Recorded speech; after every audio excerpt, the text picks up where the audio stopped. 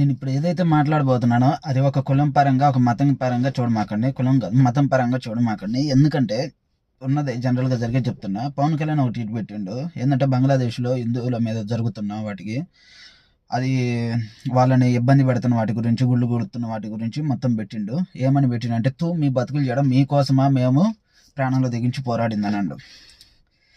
కరెక్టే. ఆ మాట కరెక్టే. హిందువుల మీద కానీ, ఎవడి మీద, అది ఏ కులమైనా, ఏ మతం మీద, ఎవడి మీదైనా సరే దాడులు చేయకూడదు. కానీ ఇక్కడ మనం గుర్తుపెట్టుకోవాల్సింది ఏంటంటే, ఆ బాధ అనేది ఇప్పుడు తెలుస్తుంది మీకు.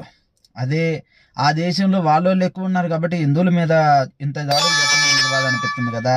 మరి ఇదే దేశంలో మీరు కూడా కులాల మధ్య, మతాల మధ్య చిచ్చులు పెడుతుంటే పరామతస్తులకి, వేరే మతస్థులకి ఎంత బాధ కలిగి ఉండిద్ది.